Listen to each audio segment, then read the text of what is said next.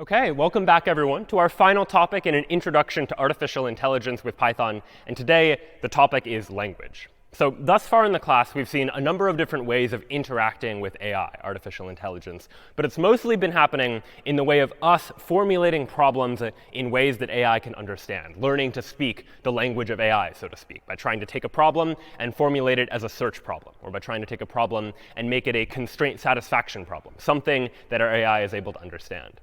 Today, we're going to try and come up with algorithms and ideas that allow our AI to meet us halfway, so to speak, to be able to allow AI to be able to understand and interpret and get some sort of meaning out of human language, the type of language in the spoken language like English or some other language that we naturally speak. And this turns out to be a really challenging task for AI, and it really encompasses a number of different types of tasks, all under the broad heading of natural language processing.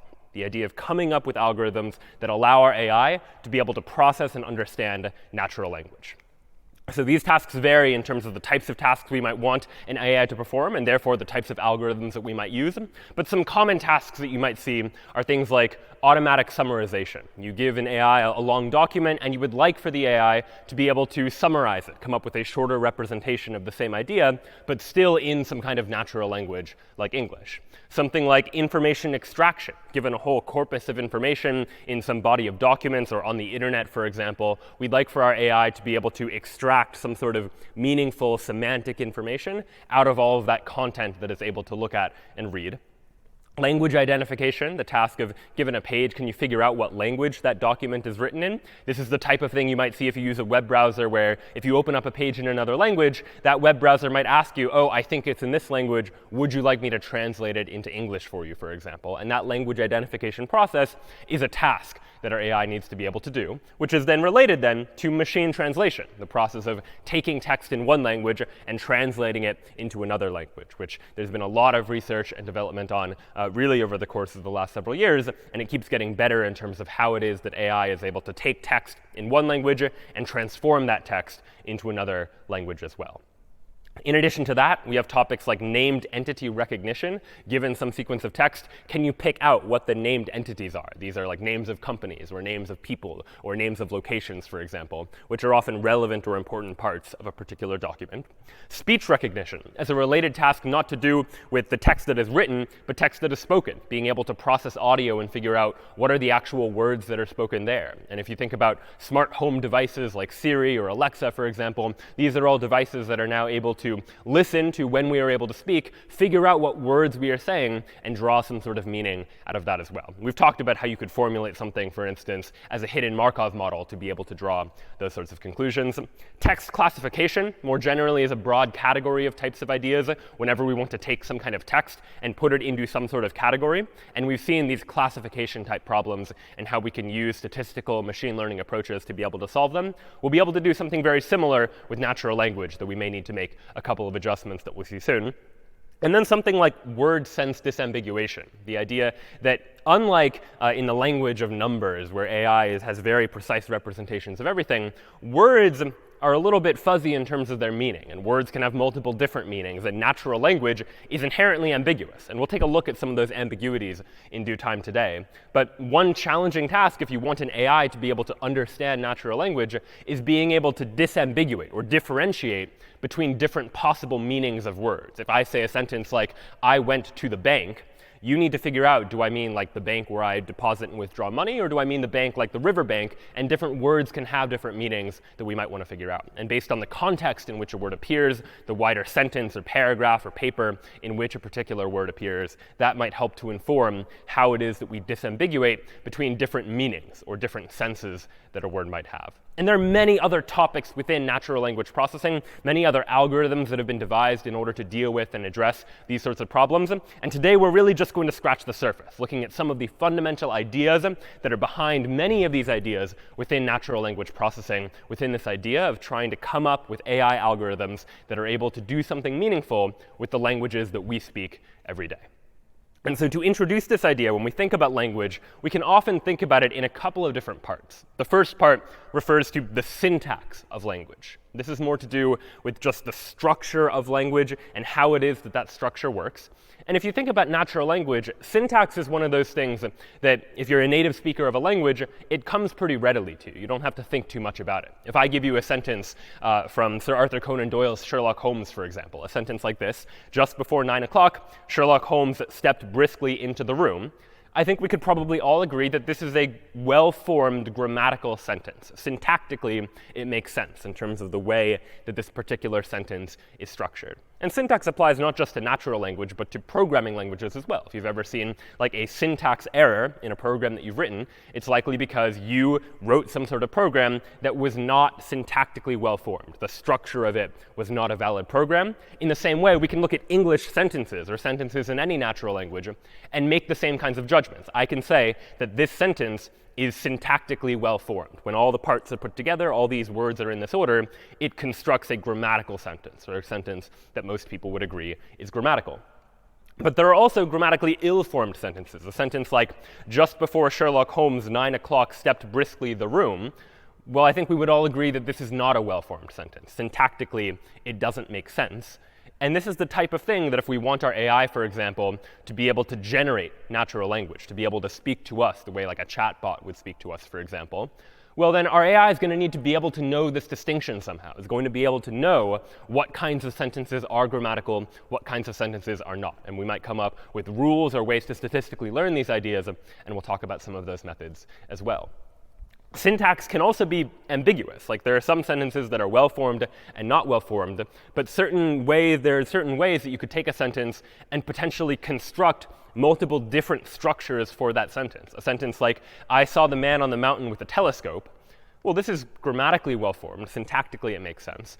But what is the structure of this sentence? Is it the man on the mountain who has the telescope? Or am I seeing the man on the mountain and I am using the telescope in order to see the man on the mountain? There's some interesting ambiguity here where it could have potentially two different types of structures. And this is one of the ideas that we'll come back to also in terms of how to think about dealing with AI when natural language is inherently ambiguous. So that then is syntax, the structure of language, and getting an understanding for how it is that depending on the order and placement of words, we can come up with different structures for language. But in addition to language having structure, language also has meaning. And now we get into the world of semantics, the idea of what is it that a word or a sequence of words or a sentence or an entire essay actually means. And so, a sentence like, just before 9 o'clock, Sherlock Holmes stepped briskly into the room, is a different sentence from a sentence like, Sherlock Holmes stepped briskly into the room just before 9 o'clock. And yet they have effectively the same meaning.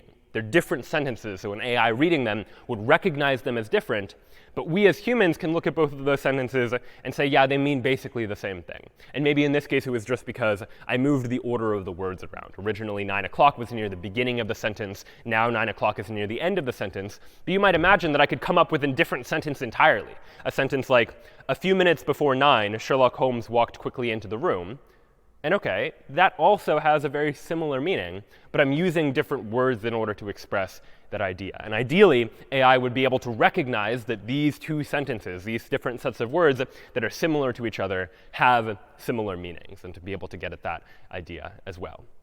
And there are also ways that a syntactically well-formed sentence might not mean anything at all. A famous example from linguist Noam Chomsky is this sentence here: colorless green ideas sleep furiously. Syntactically, that sentence is perfectly fine.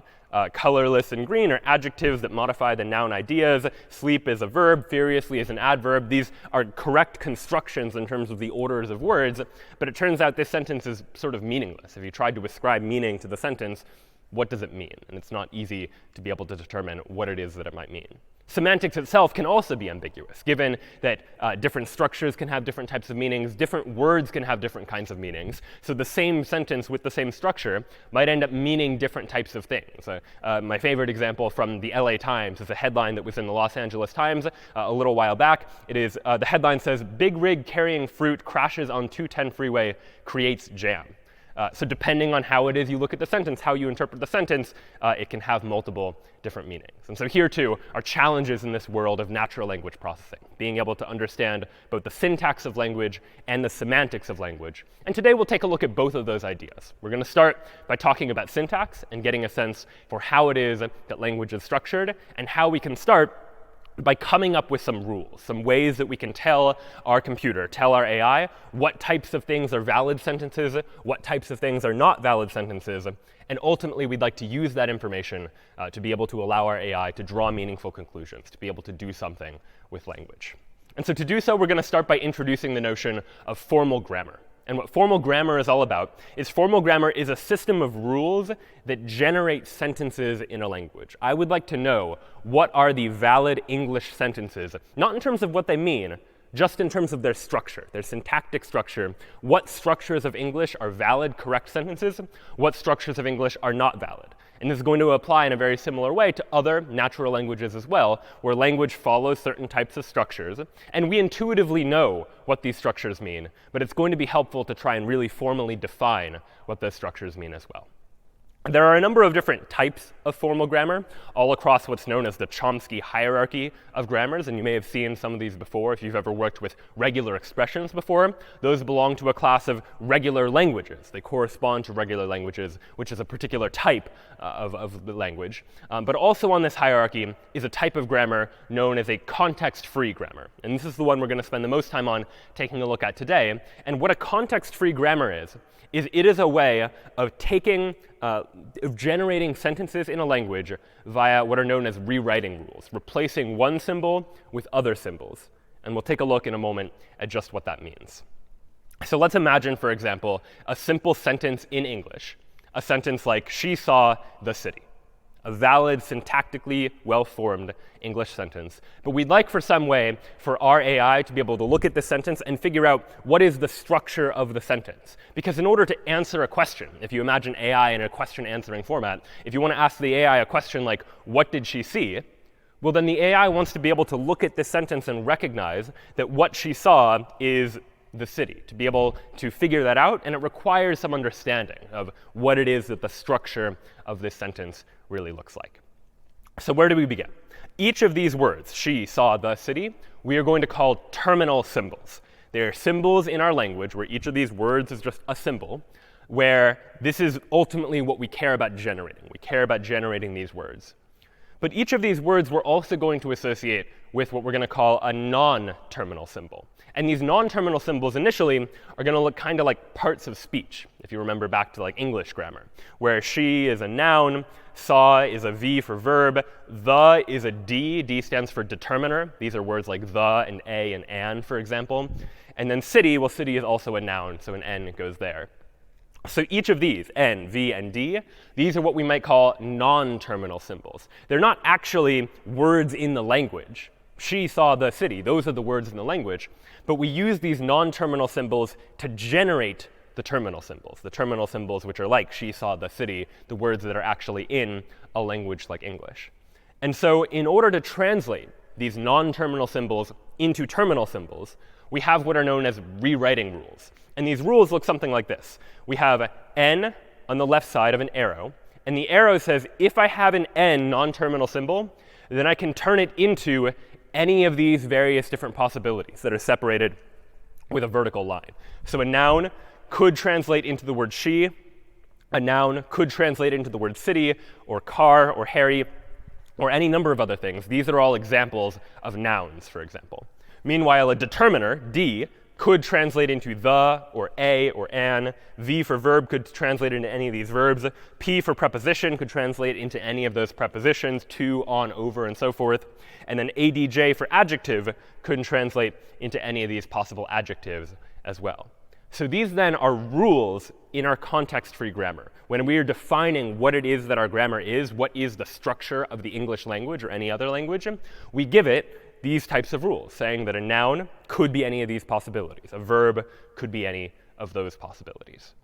But it turns out we can then begin to construct other rules where it's not just one non-terminal translating into one terminal symbol. We're always going to have one non-terminal on the left-hand side of the arrow, but on the right-hand side of the arrow, we could have other things. We could even have other non-terminal symbols. So what do I mean by this? Well, we have the idea of nouns, like she, city, car, Harry, for example. But there are also noun phrases, like phrases that work as nouns, that are not just a single word, but that are multiple words, right? Like the city is two words that together operate as what we might call a noun phrase. It's multiple words, but they're together operating as a noun. Or if you think about a more complex expression like the big city, three words, all operating as a single noun. Or the car on the street, multiple words now, but that entire set of words operates kind of like a noun. It substitutes as a noun phrase. And so to do this, we'll introduce the notion of a new non-terminal symbol called NP, which will stand for noun phrase. And this rewriting rule says that a noun phrase could be a noun. So something like she is a noun, and therefore it can also be a noun phrase. But a noun phrase could also be a determiner, D, followed by a noun. So two ways we can have a noun phrase in this very simple grammar. Of course, English language is more complex than just this. But a noun phrase is either a noun or it is a determiner followed by a noun. So for the first example, a noun phrase that is just a noun, that would allow us to generate noun phrases like she, because a noun phrase is just a noun, and a noun could be the word she, for example. Meanwhile, if we wanted to look at one of the examples of these, where a noun phrase becomes a determiner and a noun, then we get a structure like this. And now we're starting to see the structure of language emerge from these rules in a syntax tree, as we'll call it, this tree-like structure that represents the syntax of our natural language. Here we have a noun phrase, and this noun phrase is composed of a determiner and a noun, where the determiner is the word the, according to that rule, and noun is the word city. So here then is a noun phrase that consists of multiple words inside of this structure. And using this idea of taking one symbol and rewriting it using other symbols that might be terminal symbols like the and city, but might also be non-terminal symbols like D for determiner or N for noun, then we can begin to construct more and more complex structures. In addition to noun phrases, we can also think about verb phrases. So what might a verb phrase look like? Well, a verb phrase might just be a single verb in a sentence like, I walked. Walked is a verb, and that is acting as the verb phrase in that sentence.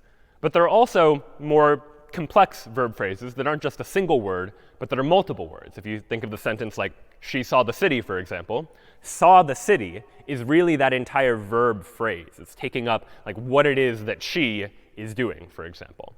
And so our verb phrase might have a rule like this. A verb phrase is either just a plain verb, or it is a verb followed by a noun phrase. And we saw before that a noun phrase is either a noun or it is a determiner followed by a noun. And so a verb phrase might be something simple, like verb phrase is just a verb, and that verb could be the word walked, for example. But it could also be something more sophisticated, something like this now, where we begin to see a larger syntax tree, where the way to read this syntax tree is that a verb phrase is a verb and a noun phrase, where that verb could be something like saw, and this is a noun phrase we've seen before, this noun phrase that is the city, a noun phrase composed of the determiner the and the noun city, all put together to construct this larger verb phrase. And then just to give one more example of a rule, we could also have a rule like this. Sentence, S, goes to noun phrase and a verb phrase. The basic structure of a sentence is that it is a noun phrase followed by a verb phrase. And this is a formal grammar way of expressing the idea that you might have learned when you learned English grammar, when you read that a sentence is like a subject and a verb, subject and action, something that's happening to a particular noun phrase. And so using this structure, we could construct a sentence that looks like this. A sentence consists of a noun phrase and a verb phrase. A noun phrase could just be a noun, like the word she. The verb phrase could be a verb and a noun phrase where this is something we've seen before. The verb is saw, and the noun phrase is the city. And so now look what we've done here. What we've done is by defining a set of rules, there are algorithms that we can run that take these words, and the CYK algorithm, for example, is one example of this if you want to look into that, where you start with a set of terminal symbols, like she saw the city, and then using these rules, you're able to figure out how is it that you go from a sentence to she saw the city. And it's all through these rewriting rules, that a sentence is a noun phrase and a verb phrase could be a verb and a noun phrase, so on and so forth, where you can imagine taking this structure and figuring out how it is that you could generate a parse tree, a syntax tree, for that set of terminal symbols, that set of words. And if you tried to do this for a sentence that was not grammatical, something like saw the city she, well, that wouldn't work. There'd be no way to take a sentence and use these rules to be able to generate that sentence that is not inside of that language. So this sort of model can be very helpful if the rules are expressive enough to express all the ideas that you might want to express inside of natural language. Of course, using just the simple rules we have here, there are many sentences that we won't be able to generate, sentences that we might agree are grammatically and syntactically well-formed, but that we're not going to be able to construct using these rules. And then in that case, we might just need to have some more complex rules in order to deal with those sorts of cases. And so this type of approach can be powerful if you're dealing with sort of a limited set of rules and words that you really care about dealing with.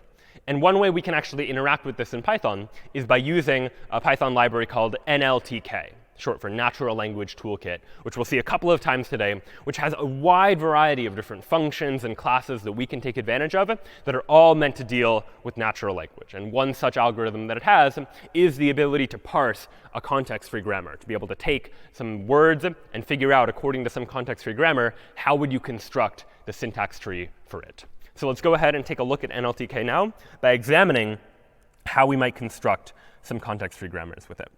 So here inside of CFG0, CFG short for context-free grammar, I have a sample context-free grammar, which has rules that we've seen before. So sentence goes to noun phrase followed by a verb phrase. Noun phrase is either a determiner and a noun or a noun. Verb phrase is either a verb or a verb and a noun phrase. The order of these things doesn't really matter. Determiners could be the word the or the word a. A noun could be the word she, city, or car. And a verb could be the word saw, or it could be the word walked. Now, using NLTK, which I've imported here at the top, I'm going to go ahead and parse this grammar and save it inside of this variable called parser. Next, my program is going to ask the user for input, just like type in a sentence, and .split will just split it on all of the spaces. So I end up getting each of the individual words. We're going to save that inside of this list called sentences. And then we'll go ahead and try to parse the sentence. And for each sentence we parse, we're going to pretty print it to the screen just so it displays in my terminal. And we're also going to draw it. It turns out that NLTK has some graphics capacity, so we can really visually see what that tree looks like as well. And there are multiple different ways a sentence might be parsed, which is why we're putting it inside of this for loop. And we'll see why that can be helpful in a moment too. So all right, now that I have that, let's go ahead and try it. I'll cd into CFG, and we'll go ahead and run CFG0. So it then is going to prompt me to type in a sentence. And let me type in a very simple sentence, something like she walked, for example. Press return. So what I get is on the left-hand side, you can see a text-based representation of the syntax tree. And on the right side here, let me go ahead and make it bigger, we see a visual representation of that same syntax tree. This is how it is that my computer has now parsed the sentence, she walked. It's a sentence that consists of a noun phrase and a verb phrase, where each phrase is just a single noun or verb, she, and then walked. Same type of structure we've seen before. But this now is our computer able to understand the structure of the sentence, to be able to get some sort of structural understanding of how it is the parts of this sentence relate to each other. Let me now give it another sentence. I could try something like she saw the city, for example, the words we were dealing with a moment ago. And then we end up getting this syntax tree out of it. Again, a sentence that has a noun phrase and a verb phrase. The noun phrase is fairly simple. It's just she. But the verb phrase is more complex. It is now saw the city, for example. And let's do one more with this grammar. Let's do something like she saw a car. And that is going to look very similar. That we also get she, but our verb phrase is now different. It saw a car, because there are multiple possible determiners in our language and multiple possible nouns. I haven't given this grammar all that many words, but if I gave it a larger vocabulary, it would then be able to understand more and more different types of sentences. And just to give you a sense of some added complexity we could add here, the more complex our grammar, the more rules we add, the more different types of sentences we'll then have the ability to generate. So let's take a look at CFG1, for example, where I've added a whole number of other different types of rules. I've added adjective phrases, where we could have multiple adjectives inside of a noun phrase as well. So a noun phrase could be like an adjective phrase followed by a noun phrase. If I wanted to say something like the big city, that's an adjective phrase followed by a noun phrase. Or we could also have a noun and a prepositional phrase. So the car on the street, for example. On the street is a prepositional phrase, and we might want to combine those two ideas together because the car on the street can still operate as something kind of like a noun phrase as well. So no need to understand all of these rules in too much detail. It starts to get into the nature of English grammar. But now we have a more complex way of understanding these types of sentences. So if I run Python CFG1, and I can try typing something like, she saw the wide street, for example, a more complex sentence. And if we make that larger, you can see what this sentence looks like. I'll go ahead and shrink it a little bit. So now we have a sentence like this. She saw the wide street. The wide street is one entire noun phrase. Saw the wide street is an entire verb phrase. And she saw the wide street ends up forming that entire sentence. So let's take a look at one more example to introduce this notion of ambiguity. So I can run Python CFG1. Let me type a sentence like, she saw a dog with binoculars. So there's our sentence. And here now is one possible syntax tree to represent this idea. She saw the noun phrase a dog, and then the prepositional phrase with binoculars. And the way to interpret the sentence is that what it is that she saw was a dog. And how did she do the seeing? She did the seeing with binoculars. And so this is one possible way to interpret this. She was using binoculars. Using those binoculars, she saw a dog. But another possible way to parse that sentence would be with this tree over here, where you have something like, she saw a dog with binoculars, where a dog with binoculars forms an entire noun phrase of its own. Same words in the same order, but a different grammatical structure, where now we have a dog with binoculars all inside of this noun phrase, meaning what did she see? What she saw was a dog, and that dog happened to have binoculars with the dog. So different ways to parse the sentence, structures for the sentence, even given the same possible sequence of words. And NLTK's algorithm, in this particular algorithm, has the ability to find all of these, to be able to understand the different ways that you might be able to parse a sentence and be able to extract some sort of useful meaning out of that sentence as well. So that then is a brief look at what we can do using getting at the structure of language, of using these context-free grammar rules to be able to describe the structure of language. But what we might also care about is understanding how it is that these sequences of words are likely to relate to each other in terms of the actual words themselves. The grammar that we saw before could allow us to generate a sentence like, I ate a banana, for example, where I is the noun phrase and ate a banana is a verb phrase. But it would also allow for sentences like, I ate a blue car, for example, which is also syntactically well-formed according to the rules, but it's probably a less likely sentence that a person is likely to speak. And we might want for our AI to be able to encapsulate the idea that certain sequences of words are more or less likely than others. So to deal with that, we'll introduce the notion of an n-gram. And an n-gram more generally just refers to some sequence of n items inside of our text. And those items might take various different forms. We can have character n-grams, which are just a contiguous sequence of n characters, so 3 characters in a row, for example, or 4 characters in a row. We can also have word n-grams, which are a contiguous sequence of n words in a row from a particular sample of text. And these end up proving quite useful. And you can choose our n to decide like how long is our sequence going to be. So when n is 1, we're just looking at like a single word or a single character. And that is what we might call a unigram, just one item. If we're looking at 2 characters or 2 words, that's generally called a bigram. So an n-gram where n is equal to 2, looking at 2 words that are consecutive. And then if there are 3 items, you might imagine, we'll often call those trigrams. So 3 characters in a row or 3 words that happen to be in a contiguous sequence. And so if we took a sentence, for example, here's a sentence from, again, Sherlock Holmes. How often have I said to you that when you have eliminated the impossible, whatever remains, no matter or however improbable, must be the truth?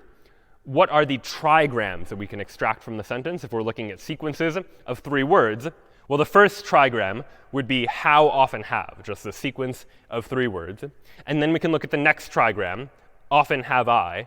The next trigram is have I said, then I said to you that, for example. Those are all trigrams of words, sequences of 3 contiguous words that show up in the text. And extracting those bigrams and trigrams, or n-grams more generally, turns out to be quite helpful because often when we're dealing with analyzing a lot of text, it's not going to be particularly meaningful for us to try and analyze the entire text at one time. But instead, we'll want to segment that text into pieces that we can begin to do some analysis of. That our AI might never have seen this entire sentence before, but it's probably seen the trigram to you that before. Because to you that is something that might have come up in other documents that our AI has seen before, and therefore it knows a little bit about that particular sequence of 3 words in a row, or something like have I said, another example of another sequence of 3 words that's probably quite popular in terms of where you see it inside the English language. So we'd like some way to be able to extract these sorts of n-grams. And how do we do that? How do we extract like sequences of 3 words? Well, we need to take our input and somehow separate it into all of the individual words. And this is a process generally known as tokenization, the task of splitting up some sequence into distinct pieces, where we call those pieces tokens. Most commonly, this refers to something like word tokenization. I have some sequence of text, and I want to split it up into all of the words that show up in that text. But it might also come up in the context of something like sentence tokenization. I have a long sequence of text, and I'd like to split it up into sentences, for example. And so how might word tokenization work, the task of splitting up our sequence of characters into words? Well, we've also already seen this idea. We've seen that in word tokenization, just a moment ago, I took an input sequence, and I just called Python's split method on it, where the split method took that sequence of words and just separated it based on where the spaces showed up in that word. And so if I had a sentence like, whatever remains, however improbable, must be the truth, how would I tokenize this? Well, the naive approach is just to say, anytime you see a space, go ahead and split it up. We're going to split up this particular string just by looking for spaces. And what we get when we do that is a sentence like this. Whatever remains, however improbable, must be the truth. But what you'll notice here is that if we just split things up in terms of where the spaces are, we end up like keeping the punctuation around. There's a comma after the word remains. There's a comma after improbable, a period after truth. And this poses a little bit of a challenge when we think about trying to tokenize things into individual words, because if you're comparing words to each other, this word truth with a period after it, if you just string compare it, it's going to be different from the word truth without a period after it. And so this punctuation can sometimes pose a problem for us. And so we might want some way of dealing with it, either treating punctuation as a separate token altogether, or maybe removing that punctuation entirely from our sequence as well. So that might be something we want to do. But there are other cases where it becomes a little bit less clear. If I said something like, just before 9 o'clock, Sherlock Holmes stepped briskly into the room, well, this apostrophe after 9 o'clock, or after the O in 9 o'clock, is that something we should remove? Should we split based on that as well into O and clock? There's some interesting questions there too. And it gets even trickier if you begin to think about like hyphenated words, something like this, where we have a whole bunch of words that are hyphenated, and then you need to make a judgment call. Is that a place where you're going to split things apart into individual words, or are you going to consider frock coat and well cut and pearl gray to be individual words of their own? And so those tend to pose challenges that we need to somehow deal with, and something we need to decide as we go about trying to perform this kind of analysis. Similar challenges arise when it comes to the world of sentence tokenization. Imagine this sequence of sentences, for example. If you take a look at this particular sequence of sentences, you could probably imagine you could extract the sentences pretty readily. Here is one sentence, and here is a second sentence. So we have 2 different sentences inside of this particular passage. And the distinguishing feature seems to be like the period, that a period separates one sentence from another. And maybe there are other types of punctuation you might include here as well, an exclamation point, for example, or a question mark. But those are the types of punctuation that we know tend to come at the end of sentences. But it gets trickier again if you look at a sentence like this, not just talking to Sherlock, but instead of talking to Sherlock, talking to Mr. Holmes. Well, now we have a period at the end of Mr., and so if you were just separating on periods, you might imagine this would be a sentence, and then just Holmes would be a sentence, and then we'd have a third sentence down below. Things do get a little bit trickier as you start to imagine these sorts of situations. And dialogue, too, starts to make this trickier as well. That if you have these sorts of lines that are inside of something that he said, for example, that he said this particular sequence of words and then this particular sequence of words, there are interesting challenges that arise there, too, in terms of how it is that we take the sentence and split it up into individual sentences as well. And these are just things that our algorithm needs to decide. In practice, there are usually some heuristics that we can use. And we know there are certain occurrences of periods, like the period after Mr., or in other examples, where we know that is not the beginning of a new sentence. And so we can encode those rules into our AI to allow it to be able to do this tokenization the way that we want it to.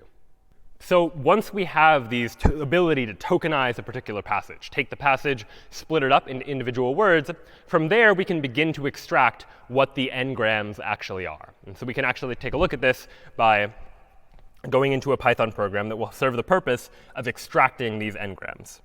And again, we can use NLTK, the Natural Language Toolkit, in order to help us here. So I'll go ahead and go into n-grams, and we'll take a look at ngrams.py. And what we have here is we are going to take some corpus of text, or some sequence of documents, and use all of those documents and extract what the most popular n-grams happen to be. So in order to do so, we're going to go ahead and load data from a directory that we specify as a command line argument. We'll also take in a number n as a command line argument as well, in terms of what our number should be, in terms of how many words we're going to look at in sequence. Then we're going to go ahead and just count up all of the nltk.ngrams. So we're going to look at all of the n-grams across this entire corpus and save it inside this variable n-grams. And then we're going to look at the most common ones and go ahead and print them out. And so in order to do so, I'm not only using NLTK, I'm also using counter, which is built into Python as well, where I can just count up how many times do these various different n-grams appear. So I'll go ahead and show that. We'll go into n-grams. And I'll say something like Python n-grams. And let's just first look for the unigrams, sequences of one word inside of a corpus. And the corpus that I've prepared is I have all of the, or some of these stories from Sherlock Holmes all here, where each one is just one of these Sherlock Holmes stories. And so I have a whole bunch of text here inside of this corpus. And I'll go ahead and provide that corpus as a command line argument. And now what my program is going to do is it's going to load all of the Sherlock Holmes stories into memory, or all the ones that I've provided in this corpus at least.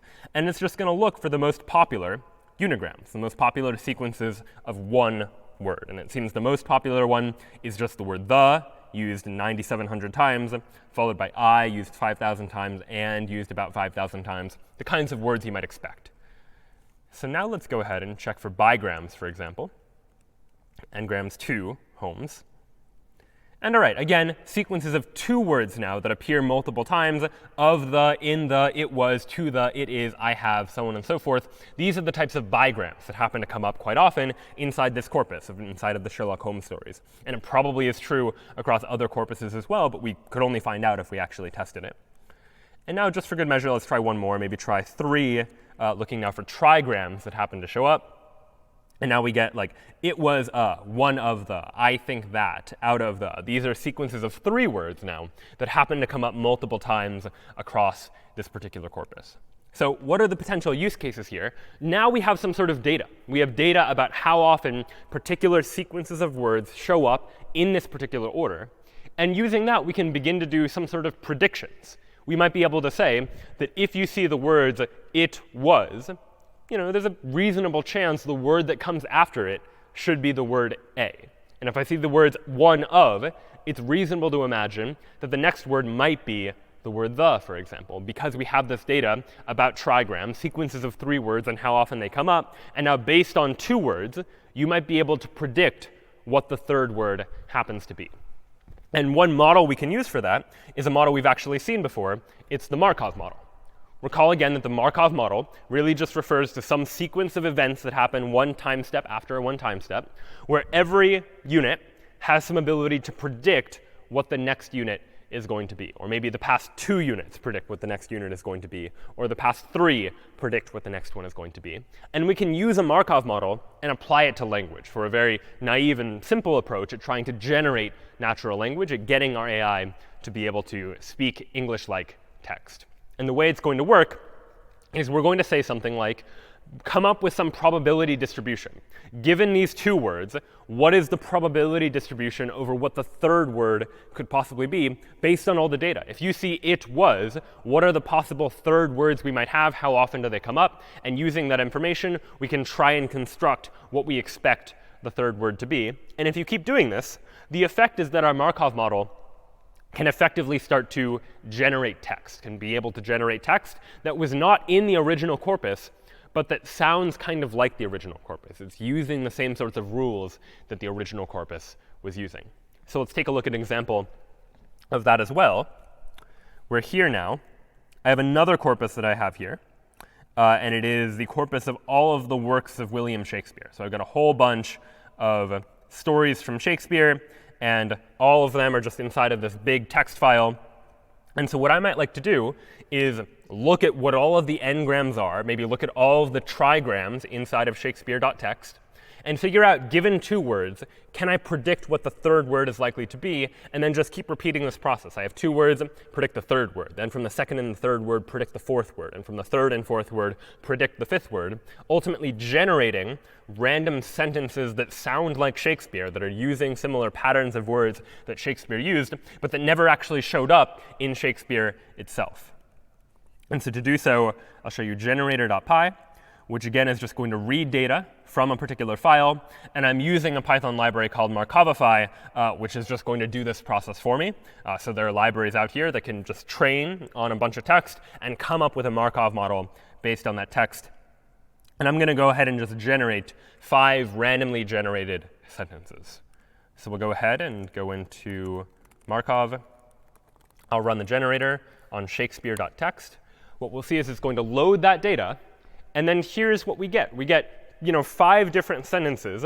And these are sentences that never showed up in any Shakespeare play, but that are designed to sound like Shakespeare, that are designed to just take 2 words and predict, given those 2 words, what would Shakespeare have been likely to choose as the third word that follows it. And these sentences probably don't have any meaning. It's not like the AI is trying to express any sort of underlying meaning here. It's just trying to understand, based on this sequence of words, what is likely to come after it as a next word, for example.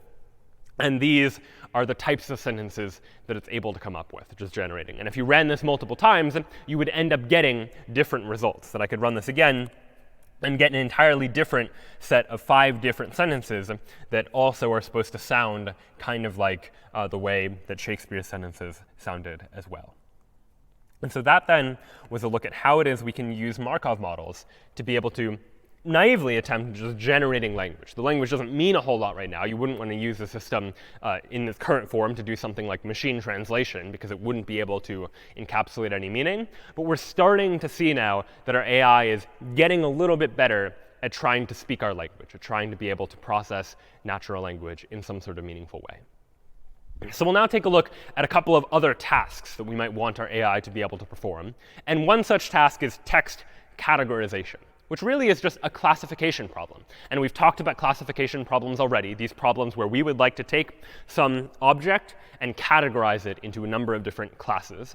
And so the way this comes up in text is anytime you have some sample of text and you want to put it inside of a category, where I want to say something like, given an email, does it belong in the inbox or does it belong in spam? Like, which of these 2 categories does it belong in? And you do that by looking at the text and being able to do some sort of analysis on that text to be able to draw conclusions, to be able to say that given the words that show up in the email, I think this is probably belonging in the inbox, or I think it probably belongs in spam instead. And you might imagine doing this for a number of different types of classification problems of this sort. So you might imagine that another common example of this type of idea is something like sentiment analysis, where I want to analyze, given a sample of text, does it have a positive sentiment or does it have a negative sentiment? And this might come up in the case of like product reviews on a website, for example, or feedback on a website, where you have a whole bunch of data, samples of text that are provided by users of a website, and you want to be able to quickly analyze, Are these reviews positive? Are the reviews negative? What is it that people are saying? Just to get a sense for what it is that people are saying, to be able to categorize text into one of these two different categories. So how might we approach this problem? Well, let's take a look at some sample product reviews. Here are some sample product reviews that we might come up with. My grandson loved it, so much fun. Product broke after a few days. One of the best games I've played in a long time. Kind of cheap and flimsy, not worth it. Right? Different product reviews that you might imagine seeing on Amazon or eBay or some other website where people are selling products, for instance.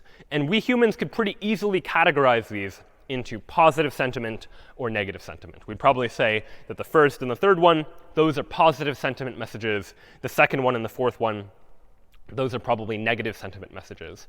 But how could a computer do the same thing? How could it try and take these reviews and assess, are they positive or are they negative?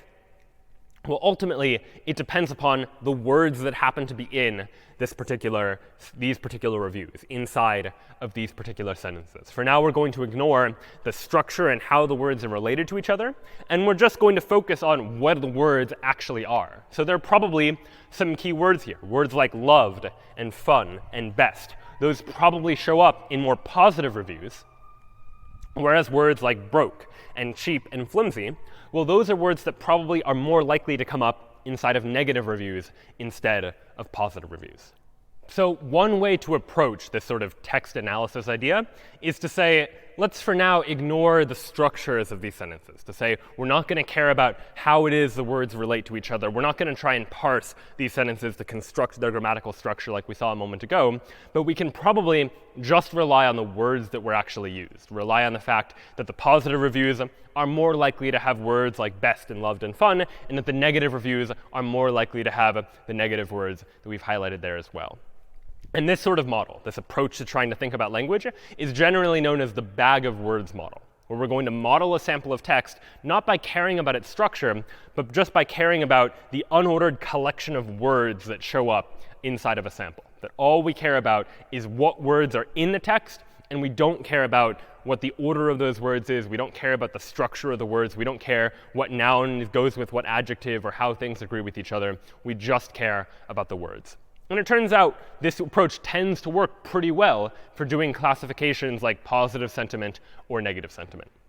And you could imagine doing this in a number of ways. We've talked about different approaches to trying to solve classification-style problems. But when it comes to natural language, one of the most popular approaches is the naive Bayes approach. And this is one approach to trying to analyze the probability that something is positive sentiment or negative sentiment, or just trying to categorize some text into possible categories. And it doesn't just work for text. It works for other types of ideas as well. But it is quite popular in the world of analyzing text and natural language. And the naive Bayes approach is based on Bayes' rule, which you might recall back from when we talked about probability, that the Bayes' rule looks like this, that the probability of some event B given A can be expressed using this expression over here. Probability of B given A is the probability of A given B multiplied by the probability of B divided by the probability of A. And we saw that this came about as a result of just the definition of conditional independence and looking at what it means for two events to happen together. This was our formulation then of Bayes' rule, which turned out to be quite helpful. We were able to predict one event in terms of another by flipping the order of those events inside of this probability calculation. And it turns out this approach is going to be quite helpful, and we'll see why in a moment, for being able to do this sort of sentiment analysis. Because I want to say, what is the probability that a message is positive, or what is the probability that the message is negative? And I'll go ahead and simplify this just using the emojis, just for simplicity, like probability of positive, probability of negative. And that is what I would like to calculate. But I'd like to calculate that given some information. Given information like, here is a sample of text. My grandson loved it. And I would like to know not just what is the probability that any message is positive, but what is the probability that the message is positive given my grandson loved it as the text of the sample. So given this information, that inside the sample are the words my grandson loved it, what is the probability then that this is a positive message? Well, according to the bag of words model, what we're going to do is really ignore the ordering of the words, not treat this as like a single sentence that has some structure to it, but just treat it as a whole bunch of different words. We're going to say something like, what is the probability that this is a positive message, given that the word my was in the message, given that the word grandson was in the message, given that the word loved was in the message, and given that the word it was in the message. The bag of words model here, we're treating the entire sample as just a whole bunch of different words. And so this then is what I'd like to calculate, this probability. Probability given all those words, what is the probability that this is a positive message? And this is where we can now apply Bayes' rule. This is really the probability of some b given some a. And that now is what I'd like to calculate. So according to Bayes' rule, this whole expression is equal to, well, it's the probability, I switched the order of them. It's the probability of all of these words, given that it's a positive message, multiplied by the probability that it's a positive message, divided by the probability of all of those words. So this then is just an application of Bayes' rule, a rule we've already seen, where I want to express the probability of positive given the words as related to somehow the probability of the words given that it's a positive message. And it turns out that, as you might recall back when we talked about probability, that this denominator is going to be the same regardless of whether we're looking at positive or negative messages.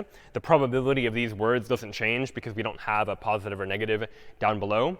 So we can just say that rather than just say that this expression up here is equal to this expression down below, it's really just proportional to just the numerator. We can kind of ignore the denominator for now. Using the denominator would get us an exact probability, but it turns out that what we'll really just do is figure out what the probability is proportional to, and at the end we'll have to normalize the probability distribution. Make sure the probability distribution ultimately sums up to the number 1.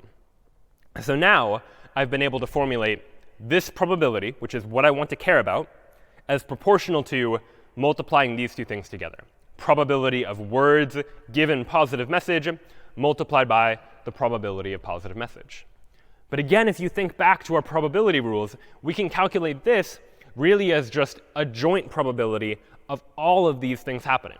That the probability of positive message multiplied by the probability of these words given the positive message, well, that's just the joint probability of all of these things. This is the same thing as the probability that it's a positive message and my is in the sentence or in the message, and grandson is in the sample, and loved is in the sample, and it is in the sample.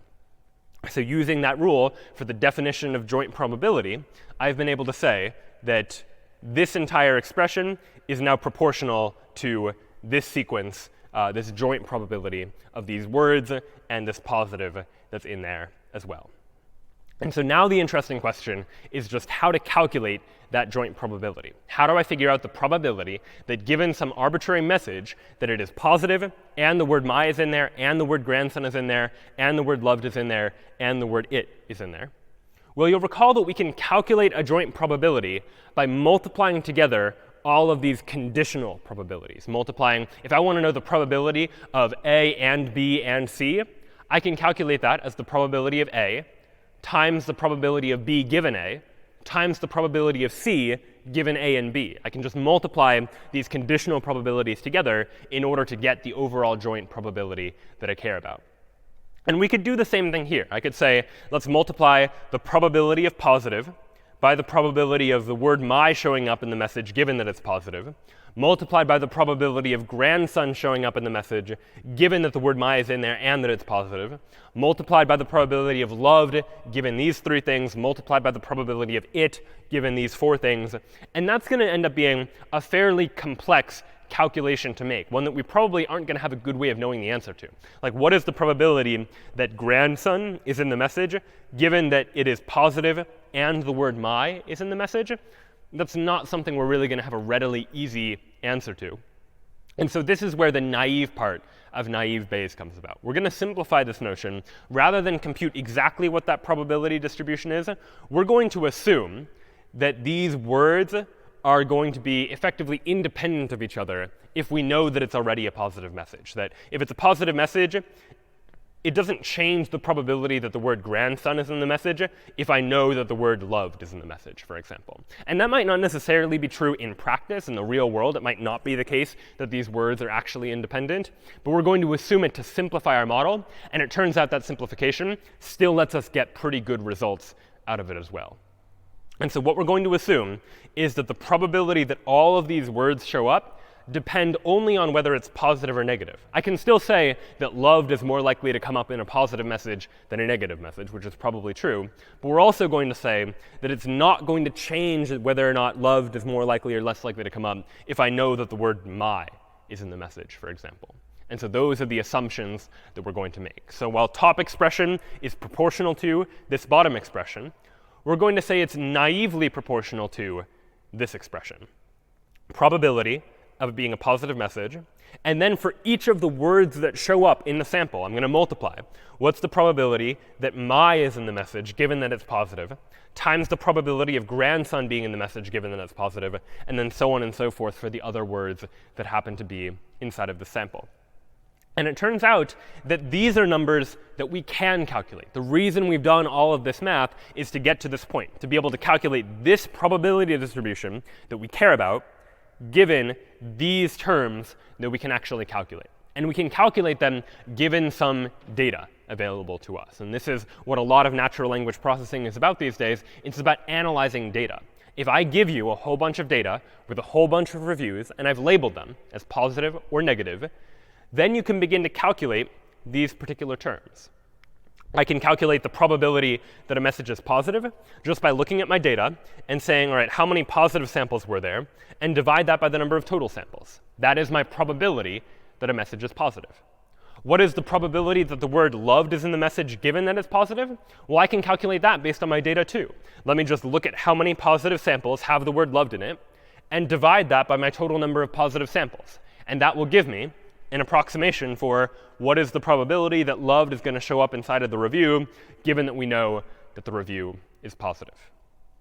And so this then allows us to be able to calculate these probabilities. So let's now actually do this calculation. Let's calculate for the sentence, my grandson loved it. Is it a positive or negative review? How could we figure out those probabilities? Well, again, this up here is the expression we're trying to calculate. And I'll give you here the data that is available to us. And the way to interpret this data in this case is that of all of the messages, 49% of them were positive, and 51% of them were negative. Maybe online reviews tend to be a little bit more negative than they are positive, or at least based on this particular data sample, that's what I have. And then I have distributions for each of the various different words. That given that it's a positive message, how many positive messages had the word my in them? It's about 30%. And for negative messages, how many of those had the word my in them? About 20%. So it seems like the word my comes up more often in positive messages, at least slightly more often based on this analysis here. Grandson, for example, maybe that showed up in 1% of all positive messages and 2% of all negative messages had the word grandson in it. The word loved showed up in 32% of all positive messages, 8% of all negative messages, for example. And then the word it showed up in 30% of positive messages, 40% of negative messages. Again, just arbitrary data here, just for example. But now we have data with which we can begin to calculate this expression. So how do I calculate multiplying all these values together? Well, it's just going to be multiplying probability that it's positive times the probability of my given positive times the probability of grandson given positive, so on and so forth for each of the other words. And if you do that multiplication, multiply all of those values together, you get this, 0.00014112. By itself, this is not a meaningful number. But it's going to be meaningful if you compare this expression, the probability that it's positive, times the probability of all of the words, given that I know that the message is positive, and compare it to the same thing, but for negative sentiment messages instead. I want to know the probability that it's a negative message times the probability of all of these words, given that it's a negative message. And so how might I do that? Well, to do that, you just multiply probability of negative times all of these conditional probabilities. And if I take those 5 values, multiply all of them together, then what I get is this value for negative, 0.00006528. Again, in isolation, not a particularly meaningful number. What is meaningful is treating these two values as a probability distribution and normalizing them, making it so that both of these values sum up to 1, the way a probability distribution should. And we do so by adding these two up and then dividing each of these values by their total in order to be able to normalize it. And when we do that, when we normalize this probability distribution, you end up getting something like this. Positive 0.6837, negative 0.3163. It seems like we've been able to conclude that we are, about 68% confident. We think there's a probability of 0.68 that this message is a positive message. My grandson loved it. And why are we 68% confident? Well, it seems like we're more confident than not because the word loved showed up in 32% of positive messages, but only 8% of negative messages. So that was a pretty strong indicator. And for the others, while it's true that the word it showed up more often in negative messages, it wasn't enough to offset that love shows up far more often in positive messages than negative messages. And so this type of analysis is how we could apply naive Bayes. We've just done this calculation, and we end up getting not just a categorization of positive or negative, but I get some sort of confidence level. What do I think the probability is that it's positive? And I can say, I think it's positive with this particular probability. And so naive Bayes can be quite powerful at trying to achieve this. Using just this bag of words model, where all I'm doing is looking at what words show up in the sample, I'm able to draw these sorts of conclusions. Now, one potential drawback, something that you'll notice pretty quickly if you start applying this rule exactly as is what happens depending on if zeros are inside this data somewhere. Let's imagine, for example, this same sentence, my grandson loved it, but let's instead imagine that this value here, instead of being 0.01, was 0. Meaning inside of our data set, it has never before happened that in a positive message, the word grandson showed up.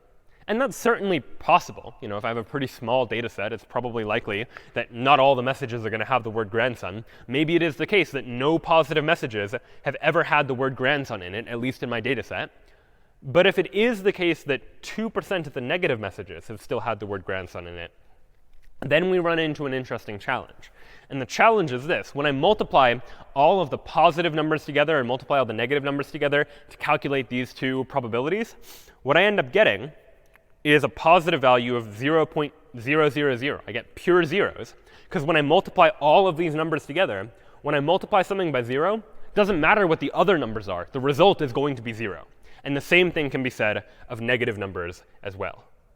So this then would seem to be a problem, that because grandson has never showed up in any of the positive messages inside of our sample, we seem to be concluding that there is a 0% chance that the message is positive, and therefore it must be negative, because in the only cases where we've seen the word grandson come up is inside of a negative message. And in doing so, we've totally ignored all of the other probabilities that a positive message is much more likely to have the word loved in it, because we've multiplied by 0, which just means none of the other probabilities can possibly matter at all.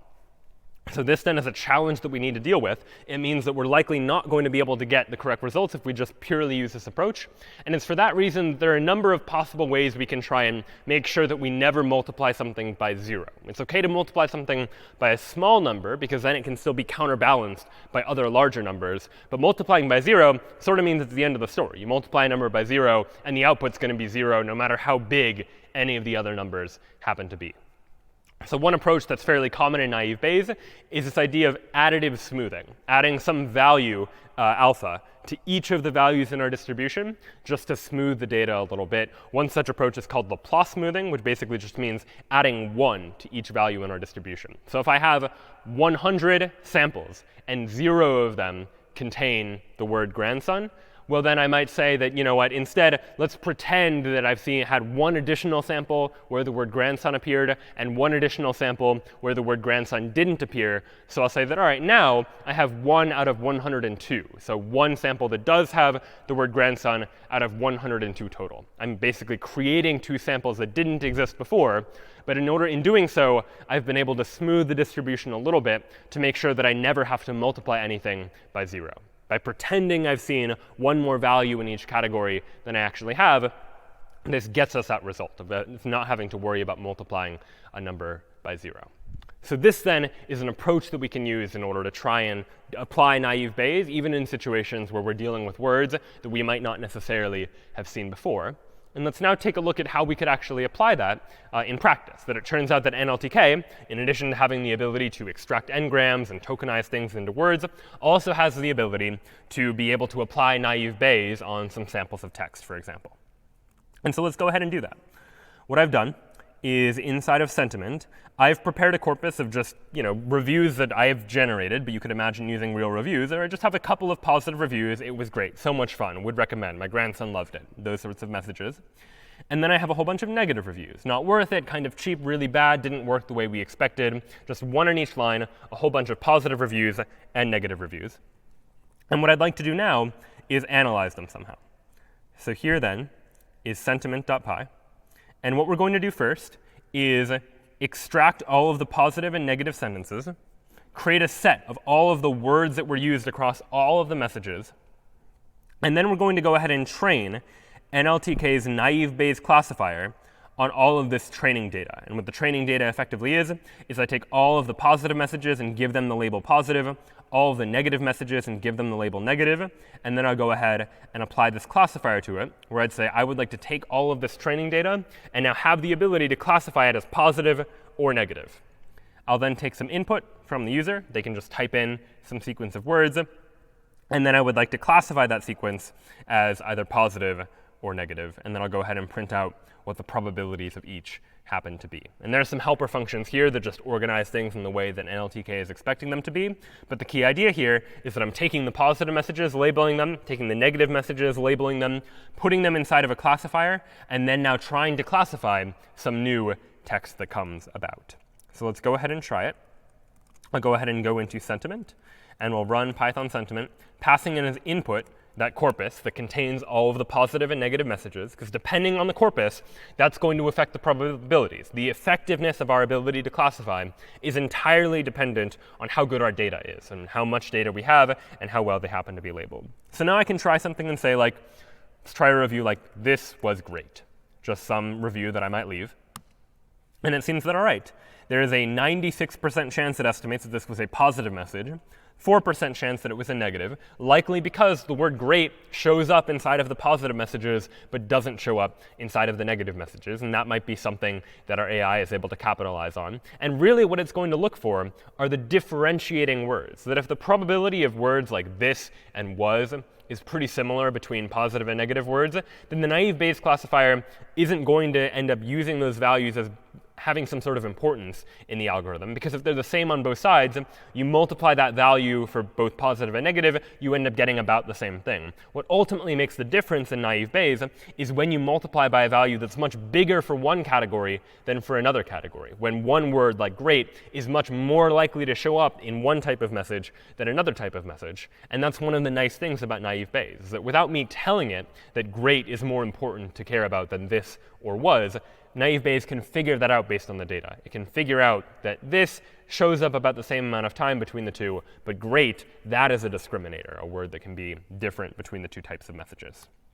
So I could try it again, type in a sentence like lots of fun, for example. All right, this one it's a little less sure about. 62% chance that it's positive, 37% chance that it's negative, maybe because there aren't as clear discriminators or differentiators inside of this data. I'll try one more, say like kind of overpriced.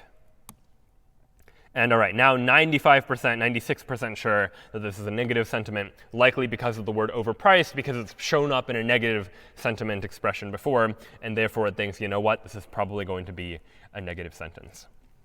And so naive Bayes has now given us the ability to classify text. Given enough training data, given enough examples, we can train our AI to be able to look at natural language, human words, figure out which words are likely to show up in positive as opposed to negative sentiment messages, and categorize them accordingly. And you could imagine doing the same thing anytime you want to take text and group it into categories. If I want to take an email and categorize it as email, or as a good email, or as a spam email, you could apply a similar idea. Try and look for the discriminating words, the words that make it more likely to be a spam email or not, and just train a naive Bayes classifier to be able to figure out what that distribution is and to be able to figure out how to categorize an email as good or as spam. Now, of course, it's not going to be able to give us a definitive answer. It gives us a probability distribution, something like 63% positive, 37% negative. And that might be why our spam filters in our emails sometimes make mistakes, sometimes think that a good email is actually spam or vice versa, because ultimately, the best that it can do is calculate a probability distribution. Because natural language is ambiguous. We can usually just deal in the world of probabilities to try and get an answer that is reasonably good, even if we aren't able to guarantee for sure that it is the number that we actually expect for it to be. So that then was a look at how we can begin to take some text and to be able to analyze that text and group it into some sorts of categories. But ultimately, in addition to just being able to analyze text and categorize it, we'd like to be able to figure out information about the text, get at some sort of meaning out of the text as well. And this starts to get us in the world of information, of being able to try and take data in the form of text and retrieve information from it. So one type of problem is known as information retrieval, or IR, which is the task of finding relevant documents in response to a query. So this is something like you type in a query into a search engine like Google, or you're typing in something into some system that's going to look for, inside of a library catalog, for example, that's going to look for responses to a query. I want to look for documents that are about the US Constitution or something, and I would like to get a whole bunch of documents that match that query back to me. But you might imagine that what I really want to be able to do is, in order to solve this task effectively, I need to be able to take documents and figure out what are those documents about. I want to be able to say, what is it that these particular documents are about? What are the topics of those documents? So that I can then more effectively be able to retrieve information from those particular documents. And this refers to a set of tasks generally known as topic modeling, where I'd like to discover what the topics are for a set of documents. And this is something that humans could do. A human could read a document and tell you, all right, here's what this document is about, and give maybe a couple of topics for who are the important people in this document, what are the important objects in the document, can probably tell you that kind of thing. But we'd like for our AI to be able to do the same thing. Given some document, can you tell me what the important words in this document are? What are the words that set this document apart that I might care about if I'm looking up documents based on keywords, for example? And so one instinctive idea, an intuitive idea that probably makes sense, is let's just use term frequency. Term frequency is just defined as the number of times a particular term appears in a document. If I have a document with 100 words and one particular word shows up 10 times, it has a term frequency of 10. All right, it shows up pretty often. Maybe that's going to be an important word. And sometimes you'll also see this framed as a proportion of the total number of words. So 10 words out of 100, maybe it has a term frequency of 0.1, meaning 10% of all of the words are this particular word that I care about. Ultimately, that doesn't change relatively how important they are for any one particular document, but they're the same idea. The idea is look for words that show up more frequently, because those are more likely to be the important words inside of a corpus of documents. And so let's go ahead and give that a try. Let's say I wanted to find out what the Sherlock Holmes stories are about. I have a whole bunch of Sherlock Holmes stories, and I want to know, in general, what are they about? What are the important characters? What are the important objects? What are the important parts of this story, just in terms of words? And I'd like for the AI to be able to figure that on its own. And we'll do so by looking at term frequency, by looking at what are the words that show up the most often. So we'll go ahead, and I'll go ahead and go into the tf-idf directory. You'll see why it's called that in a moment. But let's first open up tf0.py, which is going to calculate the top 10 term frequencies, or maybe top 5 term frequencies for a corpus of documents, a whole bunch of documents where each document is just a story from Sherlock Holmes. We're going to load all the data into our corpus. We're going to figure out what are all of the words that show up inside of that corpus. And we're going to basically just assemble all of the number of the term frequencies. We're going to calculate how often do each of these terms appear inside of the document. And we'll print out the top 5. And so there are some data structures involved that you can take a look at if you'd like to. The exact code is not so much important as it is the idea of what we're doing. We're taking each of these documents and first sorting them. We're saying, take all the words that show up and sort them by how often each word shows up. And let's go ahead and just for each document, save the top 5 terms that happen to show up in each of those documents. So again, some helper functions you can take a look at if you're interested. But the key idea here is that all we're going to do is run tf0 on the Sherlock Holmes stories. And what I'm hoping to get out of this process is I am hoping to figure out what are the important words in Sherlock Holmes, for example. So we'll go ahead and run this and see what we get. And it's loading the data. And here's what we get. For this particular story, the important words are the, and I, and to, and of. Those are the words that show up more frequently. In this particular story, it's the, and I, and a, and of. All right, this is not particularly useful to us. Like, we're using term frequencies. We're looking at what words show up the most frequently in each of these various different documents. But what we get, naturally, are just the words that show up a lot in English. Like the word the, and of, and happen to show up a lot in English, and therefore they happen to show up a lot in each of these various different documents. This is not a particularly useful metric for us to be able to analyze what words are important, because these words are just part of the grammatical structure of English. And it turns out we can categorize words into a couple of different categories. These words happen to be known as what we might call function words. Functions, words that have little meaning on their own, but that are used to grammatically connect different parts of a sentence. These are words like am, and by, and do, and is, and which, and with, and yet. Words that on their own, like what do they mean? It's hard to say. They get their meaning from how they connect different parts of the sentence. And these function words are what we might call a closed class of words in a language like English. There's really just some fixed list of function words, and they don't change very often. There's just some list of words that are commonly used to connect other grammatical structures in the language. And that's in contrast with what we might call content words, words that carry meaning independently, words like algorithm, category, computer, words that actually have some sort of meaning.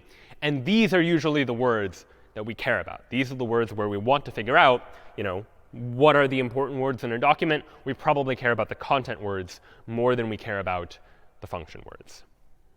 And so one strategy we could apply is just ignore all of the function words. So here in tf1.py,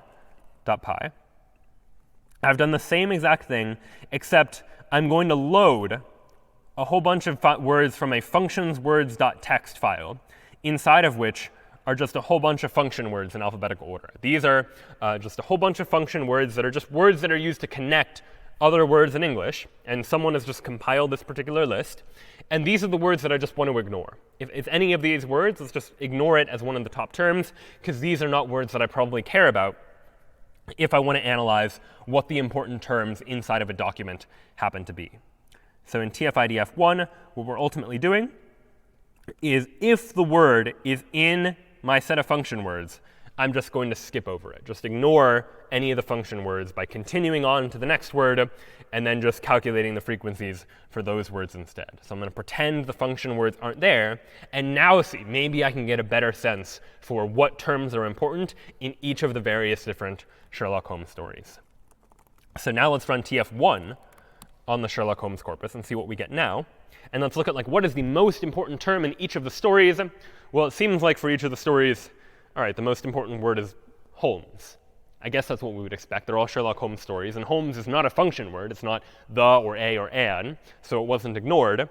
But Holmes and man, these are probably not what I mean when I say what are the important words. Even though Holmes does show up the most often, it's not giving me a whole lot of information here about what each of the different Sherlock Holmes stories are actually about.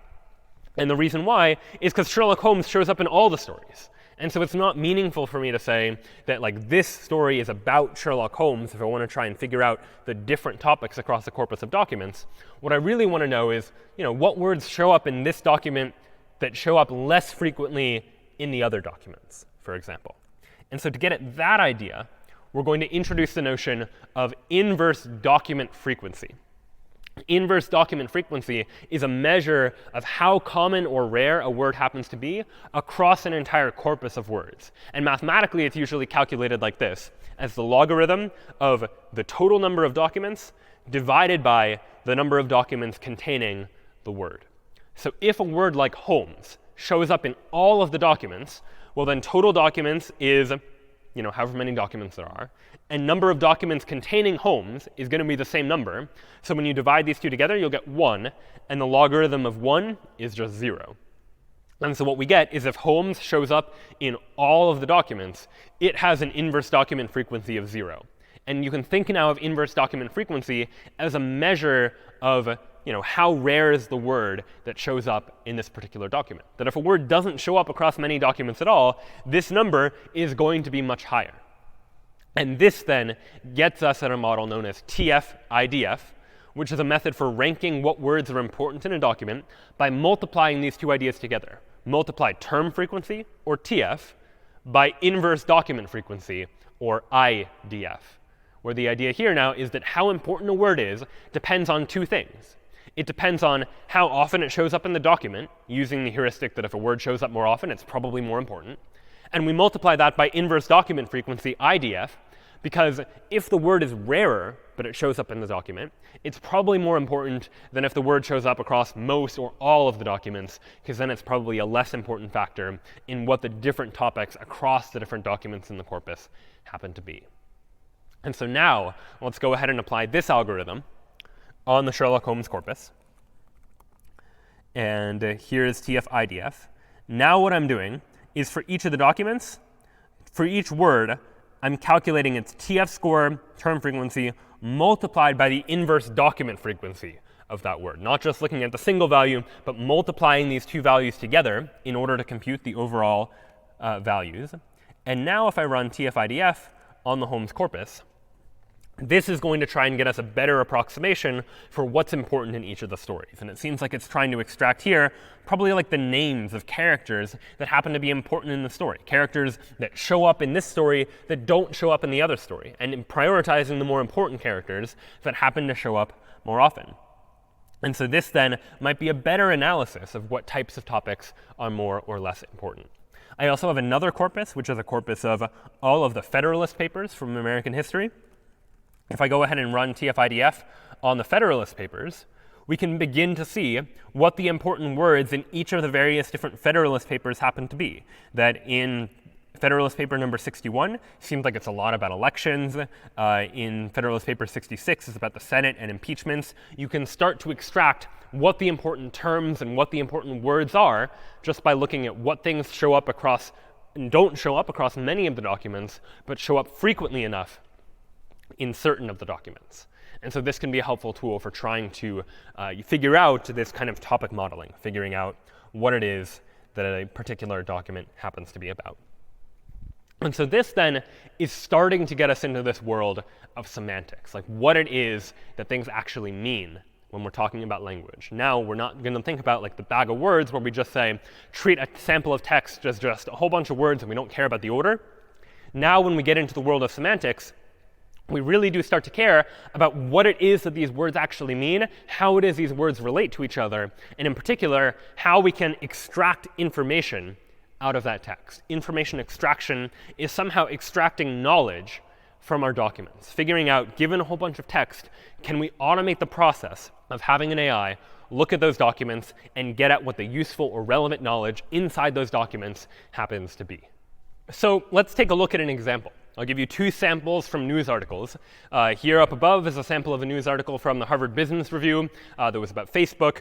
Down below is an example of a Business Insider article from 2018 that was about Amazon. And there's some information here that we might want an AI to be able to extract. Information, knowledge about these companies that we might want to extract. And in particular, what I might want to extract is, let's say I want to know data about when companies were founded. That I want to know that Facebook was founded in 2004, Amazon founded in 1994, that is important information that I happen to care about. Well, how do I extract that information from the text? What is my way of being able to understand this text and figure out, all right, Facebook was founded in 2004? Well, what I can look for are templates or patterns, things that happen to show up across multiple different documents that give me some sense for what this knowledge happens to mean. And what we'll notice is a common pattern between both of these passages, which is this phrasing here. When Facebook was founded in 2004, comma, and then down below, when Amazon was founded in 1994, comma. And those two templates end up giving us a mechanism for trying to extract information. That this notion, when company was founded in year, comma, this can tell us something about when a company was founded. Because if we set our AI loose on the web, let it look at a whole bunch of papers or a whole bunch of articles, and it finds this pattern, when blank was founded in blank, comma, well, then our AI can pretty reasonably conclude that there's a good chance that this is going to be like some company, and this is going to be like the year that company was founded, for example. Might not be perfect, but at least it's a good heuristic. And so you might imagine that if you wanted to train an AI to be able to look for information, you might give the AI templates like this. Not only give it a template like when company blank was founded in blank, but give it like the book blank was written by blank, for example. Just give it some templates where it can search the web, search a whole big corpus of documents, looking for templates that match that. And if it finds that, then it's able to figure out, all right, here's the company and here's the year. But of course, that requires us to write these templates. It requires us to figure out, like, what is the structure of this information likely going to look like? And it might be difficult to know. The different websites are, of course, going to do this differently. This type of method isn't going to be able to extract all of the information, because if the words are slightly in a different order, it won't match on that particular template. But one thing we can do is, rather than give our AI the template, we can give AI the data. We can tell the AI, you know, Facebook was founded in 2004, and Amazon was founded in 1994, and just tell the AI those two pieces of information, and then set the AI loose on the web.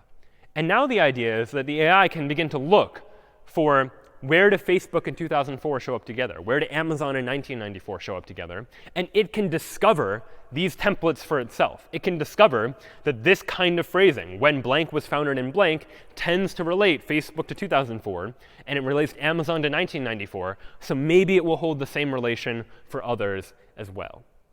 And this ends up being, this kind of automated template generation ends up being quite powerful. And we'll go ahead and take a look at that now as well. What I have here inside of templates directory is a file called companies.csv.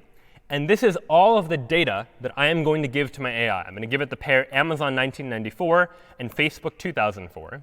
And what I'm going to tell my AI to do is search a corpus of documents for other data, these pairs like this, other relationships. I'm not telling the AI that this is a company and the date that it was founded. I'm just giving it Amazon 1994 and Facebook 2004 and letting the AI do the rest. And what the AI is going to do is it's going to look through my corpus. Here's my corpus of documents. And it's going to find, like inside of Business Insider, that we have sentences like, back when Amazon was founded in 2004, comma. And that kind of phrasing is going to be similar to like this Harvard Business Review story that has a sentence like, when Facebook was founded in 2004. And it's going to look across a number of other documents for similar types of patterns to be able to extract that kind of information. And what it'll do is, if I go ahead and run, I'll go ahead and go into templates. So I'll say Python search.py. I'm going to look for the data like the data in companies.csv inside of the companies directory, which contains a whole bunch of news articles that I've curated in advance. And here's what I get. Google 1998, Apple 1976, Microsoft 1975, so on and so forth, Walmart 1962, for example. These are all of the pieces of data that happen to match that same template that we were able to find before. And how was it able to find this?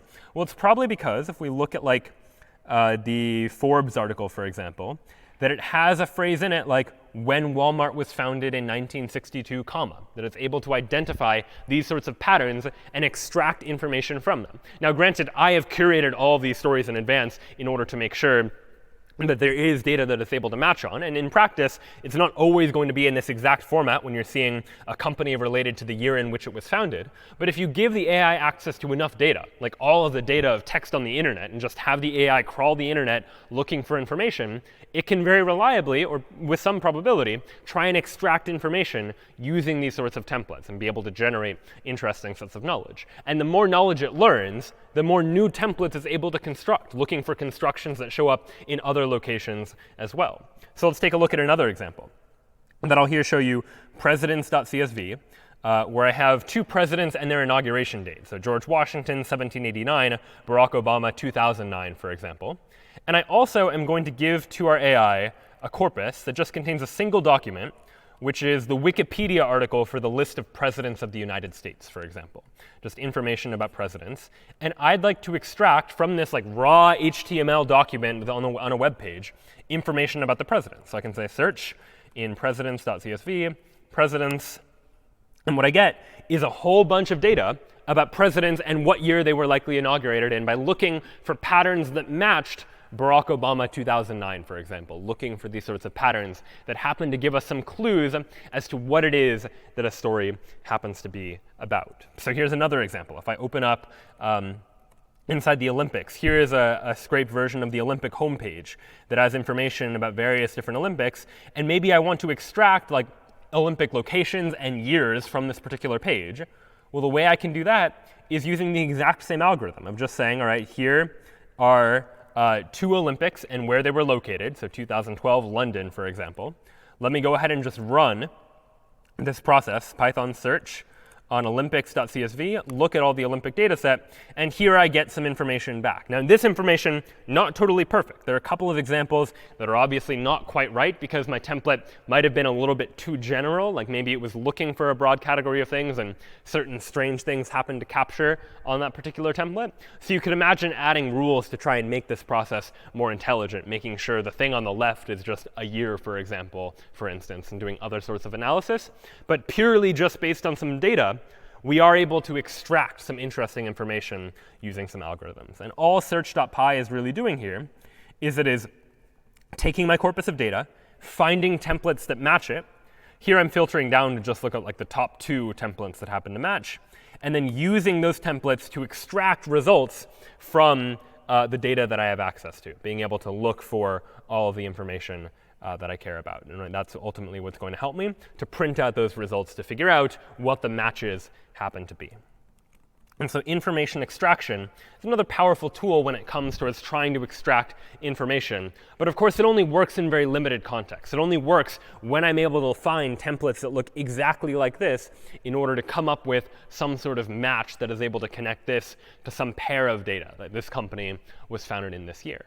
What I might want to do as we start to think about the semantics of words is to begin to imagine some way of coming up with definitions for all words, being able to relate all of the words in a dictionary to each other, because that's ultimately what's going to be necessary if we want our AI to be able to communicate. We need some representation of what it is that words mean. And one approach at doing this is a famous data set called WordNet. And what WordNet is a human curated, researchers have curated together a whole bunch of words, their definitions, their various different senses, because a word might have multiple different meanings, and also how those words relate to one another. And so what we mean by this is I can show you an example of WordNet. WordNet comes built into NLTK. Using NLTK, you can download and access WordNet. And so let me go into WordNet and go ahead and run WordNet and extract information about a word like city, for example. Go ahead and press return. And here is the information that I get back about a city. It turns out that city has 3 different senses, 3 different meanings according to WordNet. And it's really just kind of like a dictionary where each sense is associated with its meaning, just some definition provided by a human. And then it's also got categories, for example, that a word belongs to. That a city is a type of municipality. A city is a type of administrative district. And that allows me to relate words to other words. So one of the powers of WordNet is the ability to take one word and connect it to other related words that we might be able to say, for example, if I do another example, let me try the word house, for instance. I'll type in the word house and see what I get back. Well, all right, the house is a kind of building. The house is somehow related to a family unit. And so you might imagine trying to come up with these various different ways of describing a house. It is a building, it is a dwelling. And researchers have just curated these relationships between these various different words to say that a house is a type of building, that a house is a type of dwelling, for example.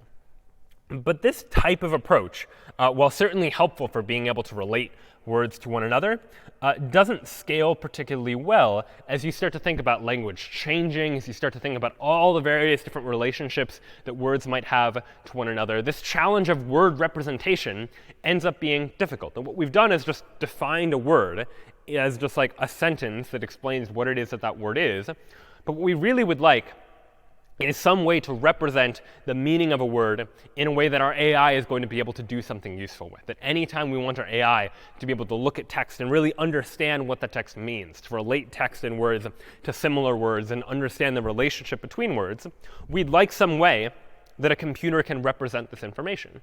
And what we've seen all throughout the course multiple times now is the idea that when we want our AI to represent something, it can be helpful to have the AI represent it using numbers. that we've seen that we can represent utilities in a game, like winning or losing or drawing, as a number, 1, -1, or 0. We've seen other ways that we can take data and turn it into like a vector of features, where we just have a whole bunch of numbers that represent some particular piece of data. And if we ever want to pass words into a neural network, for instance, to be able to say, given some word, translate this sentence into another sentence, or to be able to do interesting classifications with neural networks on individual words, we need some representation of words just in terms of vectors. A way to represent a word just by using individual numbers to define the meaning of a word. So how do we do that? How do we take words and turn them into vectors that we can use to represent the meaning of those words? Well, one way is to do this. If I have 4 words that I want to encode, like he wrote a book, I can just say, let's let the word he be this vector, 1, 0, 0, 0. Wrote will be 0, 1, 0, 0. A will be 0, 0, 1, 0. Book will be 0, 0, 0, 1. Effectively, what I have here is what's known as a one-hot representation, or a one-hot encoding, which is a representation of meaning, where meaning is a vector that has a single 1 in it, and the rest are zeros. The location of the 1 tells me the meaning of the word. That 1 in the first position, that means he. 1 in the second position, that means wrote. And every word in the dictionary is going to be assigned to some representation like this, where we just assign one place in the vector that is a 1 for the word and 0 for the other words. And now I have representations of words that are different for a whole bunch of different words. This is this one-hot representation. So what are the drawbacks of this? Why is this not necessarily a great approach? Well, here I'm only creating enough vectors to represent 4 words in a dictionary. If you imagine a dictionary with 50,000 words that I might want to represent, now these vectors get enormously long. These are 50,000 dimensional vectors to represent a vocabulary of 50,000 words. That he is 1 followed by all these, wrote has a whole bunch of zeros in it. That's not a particularly tractable way of trying to represent numbers if I'm going to have to deal with vectors of length 50,000. Another problem, a subtler problem, is that ideally I'd like for these vectors to somehow represent meaning in a way that I can extract useful information out of. That if I have the sentence, he wrote a book and he authored a novel, well, wrote and authored are going to be 2 totally different vectors. And book and novel are going to be 2 totally different vectors inside of my vector space that have nothing to do with each other. The one is just located in a different position. And really what I would like to have happen is for wrote and authored to have vectors that are similar to one another. And for book and novel to have vector representations that are similar to one another because they are words that have similar meanings. Because their meanings are similar, ideally I'd like for, when I put them in vector form and use a vector to represent meanings, I would like for those vectors to be similar to one another as well. So rather than this one-hot representation, where we represent a word's meaning by just giving it a vector that is 1 in a particular location, what we're going to do, which is a bit of a strange thing the first time you see it, is what we're going to call a distributed representation. We are going to represent the meaning of a word as just a whole bunch of different values. Not just a single 1 and the rest zeros, but a whole bunch of values. So for example, in he wrote a book, he might just be a big vector. Maybe it's 50 dimensions, maybe it's 100 dimensions, but certainly less than like tens of thousands, where each value is just, some number.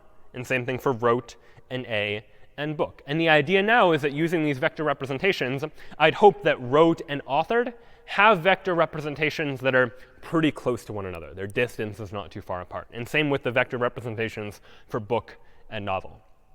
So this is going to be the goal of a lot of what statistical machine learning approaches to natural language processing is about, is using these vector representations of words. But how on earth do we define a word as just like a whole bunch of these sequences of numbers? Like, what does it even mean to talk about the meaning of a word? Well, to answer the question, the famous quote that answers this question is from a British linguist in the 1950s, J.R. Firth, who said, "You shall know a word by the company it keeps." You shall know a word by the company it keeps. And what we mean by that is the idea that we can define a word in terms of the words that show up around it. That we can get at the meaning of a word based on the context in which that word happens to appear. That if I have a sentence like this, 4 words in sequence, for blank he ate, what goes in the blank? Well, you might imagine that in English, the types of words that might fill the blank are words like breakfast, or lunch or dinner. These are the kinds of words that fill in that blank. And so if we want to define, what does lunch or dinner mean, we can define it in terms of what words happen to show up around it. That if a word shows up in a particular context and another word happens to show up in very similar contexts, then those two words are probably related to each other. They probably have a similar meaning to one another. And this then is the foundational idea of an algorithm known as word2vec, which is a model for generating word vectors. You give word2vec a corpus of documents, just a whole bunch of text. And what word2vec will produce is it will produce vectors for each word. And there are a number of ways that it can do this. One common way is through what's known as the skipgram architecture, which basically uses a neural network to predict context words given a target word. So given a word like lunch, use a neural network to try and predict, given the word lunch, what words are going to show up around it. And so the way we might represent this is with a big neural network like this, where we have one input cell for every word. Every word gets one node inside this neural network. And the goal is to use this neural network to predict, given a target word, a context word. Given a word like lunch, can I predict the probabilities of other words showing up in a context of like one word away or 2 words away, for instance, in some sort of window of context? And if you just give the AI, this neural network, a whole bunch of data of words and what words show up in context, you can train a neural network to do this calculation, to be able to predict, given a target word, can I predict what those context words ultimately should be?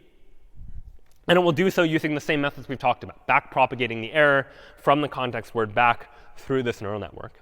And what you get is if we use this single layer, just a single layer of hidden nodes, what I get is for every single one of these words, I get, from this word, for example, I get 5 edges, each of which has a weight to each of these 5 hidden nodes. In other words, I get 5 numbers that effectively are going to represent this particular target word here. And the number of hidden nodes I choose in this middle layer here, I can pick that. Maybe I'll choose to have 50 hidden nodes or 100 hidden nodes. And then for each of these target words, I'll have 50 different values or 100 different values. And those values we can effectively treat as the vector numerical representation of that word. And the general idea here is that if 2 words are similar, 2 words show up in similar contexts, meaning using those same target words, I'd like to predict similar context words, well then these vectors and these values I choose in these vectors here, these numerical values for the weights of these edges, are probably going to be similar. Because for 2 different words that show up in similar contexts, I would like for these values that are calculated to ultimately be very similar to one another. And so ultimately, the high-level way you can picture this is that what this word2vec training method is going to do is given a whole bunch of words, where initially, recall, we initialize these weights randomly and just pick random weights that we choose. Over time, as we train the neural network, we're going to adjust these weights, adjust the vector representations of each of these words, so that gradually, words that show up in similar contexts grow closer to one another, and words that show up in different contexts get farther away from one another. And as a result, hopefully, I get vector representations of words like breakfast and lunch and dinner that are similar to one another, and then words like book and memoir and novel are also going to be similar to one another as well. So using this algorithm, we are able to take a corpus of data and just train our computer, train this neural network to be able to figure out what vector, what sequence of numbers is going to represent each of these words, which is, again, a bit of a strange concept to think about, like representing a word just as a whole bunch of numbers. But we'll see in a moment just how powerful this really can be. So we'll go ahead and go into vectors. And what I have inside of vectors.py, which I'll open up now, is I'm opening up words.txt, which is a pre-trained model that I've already run word2vec, and it's already given me a whole bunch of vectors for each of these possible words. And I'm just going to take like 50,000 of them and go ahead and save their vectors inside of a dictionary called words. And then I've also defined some functions called distance, closest words that'll get me like what are the closest words to a particular word, and then closest word that just gets me the one closest word, for example. And so now let me try doing this. Let me open up the Python interpreter and say something like from vectors import star, just import everything from vectors. And now let's take a look at the meanings of some words. Let me look at the word like city, for example. And here is a big array that is the vector representation of the word city. And this doesn't mean anything in terms of what these numbers exactly are, but this is how my computer is representing the meaning of the word city. I can do a different word, like words house. And here then is the vector representation of the word house, for example, just a whole bunch of numbers. And this is encoding somehow the meaning of the word house. And how do I get at that idea? Well, one way to measure how good this is by looking at what is the distance between various different words. So distance, there are a number of ways you can define distance. In context of vectors, one common way is what's known as like the cosine distance that has to do with measuring the angle between vectors. But in short, it's just measuring like how far apart are these two vectors from each other. So if I take a word like, the word book, how far away is it from itself? Like how far away is the word book from book? Well, that's 0, right? The word book is 0 distance away from itself. But let's see how far away word book is from a word like breakfast, where we're going to say like 1 is very far away, 0 is not far away. All right, book is about 0.64 away from breakfast. They seem to be pretty far apart. But let's now try and calculate the distance from words book to words novel, for example. Now those two words are closer to each other, 0.34, that the vector representation of the word book is closer to the vector representation of the word novel than it is to the vector representation of the word breakfast. And I can do the same thing and say compare breakfast to lunch, for example. And those two words are even closer together, that they have an even more similar relationship between one word and another. So now it seems we have some representation of words, representing a word using vectors, that allows us to be able to say something like words that are similar to each other ultimately have a smaller distance that happens to be between them. And this turns out to be incredibly powerful to be able to represent the meaning of words in terms of their relationships to other words as well. I can show you as well, I have a function called closest words that basically just takes a whole bunch of words and gets all the closest words to it. So let me get the closest words to like book, for example, and maybe get at like the 10 closest words. We'll limit ourselves to 10. And to write book is obviously closest to itself, the word book, but is also closely related to like books and essay and memoir and essays and novella, anthology. And why are these words that it was able to compute are close to it? Well, because based on the corpus of information that this algorithm was trained on, the vectors that arose based on what words show up in a similar context. That the word book shows up in a similar context, similar other words to words like memoir and essays, for example. And if I do something like, let me get the closest words to city, you end up getting, city, town, township, village. These are words that happen to show up in a similar context to the word city.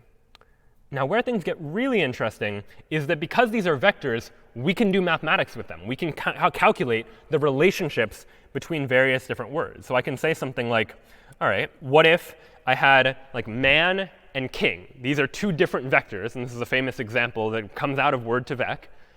I can take these two vectors and just subtract them from each other. This line here, this distance here, is another vector that represents like king minus man. Now, what does it mean to like take a word and subtract another word? Normally, that doesn't make sense. In the world of vectors, though, you can take some vector, some sequence of numbers, subtract some other sequence of numbers, and get a new vector, get a new sequence of numbers. And what this new sequence of numbers is effectively going to do is it is going to tell me, like, what do I need to do to get from man to king? What is the relationship then between these two words? And this is some vector representation of what takes us from man to king. And we can then take this value and add it to another vector. You might imagine that like the word woman, for example, is another vector that exists somewhere inside of this space, somewhere inside of this vector space. And what might happen if I took this same idea, king minus man, took that same vector and just added it to woman, like what will we find around here? It's an interesting question that we might ask, and we can answer it very easily because I have vector representations of all of these things. I can say, let's go back here. Let me look at the representation of the word man. Here's the vector representation of man. Let's look at the representation of the word king. Here's the representation of the word king. And I can subtract these two. What is the vector representation of king minus man? It's this array right here, a whole bunch of values. So king minus man now represents the relationship between king and man in some sort of numerical vector format. So what happens then if I add woman to that? Say whatever took us from man to king, go ahead and apply that same vector to the vector representation of the word woman. And that gives us this vector here. And now, just out of curiosity, let's take this expression and find what is the closest word to that expression. And amazingly, what we get is we get the word queen. That somehow, when you take the distance between man and king, this numerical representation of how man is related to king, and add that same notion, king minus man, to the vector representation of the word woman, what we get is we get the vector representation, or something close to the vector representation of the word queen, because this distance somehow encoded the relationship between these two words. That when you run it through this algorithm, it's not programmed to do this, but if you just try and figure out how to predict words based on context words, you get vectors that are able to make these sort of like SAT-like analogies out of the information that has been given. So there are more examples of this. We can say, all right, let's figure out what is the distance between Paris and France. So Paris and France are words. They each have a vector representation. This then is a vector representation of the distance between Paris and France, like what takes us from France to Paris. And let me go ahead and add the vector representation of England to that. So this then is the vector representation of going Paris minus France plus England. So the distance between France and Paris as vectors, add the England vector. And let's go ahead and find the closest word to that. And it turns out to be London. That you do this relationship, the relationship between France and Paris, go ahead and add the England vector to it. And the closest vector to that happens to be the vector for the word London. We can do more examples. I can say, you know what, let's take the word for teacher, that vector representation, and let me subtract the vector representation of school. So what I'm left with is what takes us from school to teacher, and apply that vector to a word like hospital, and see what is the closest word to that. Turns out the closest word is nurse. Let's try a couple more examples. Closest word to ramen, for example. Subtract closest word to Japan. So what is the relationship between Japan and ramen? Add the word for America to that, and take a guess as what you might get as a result.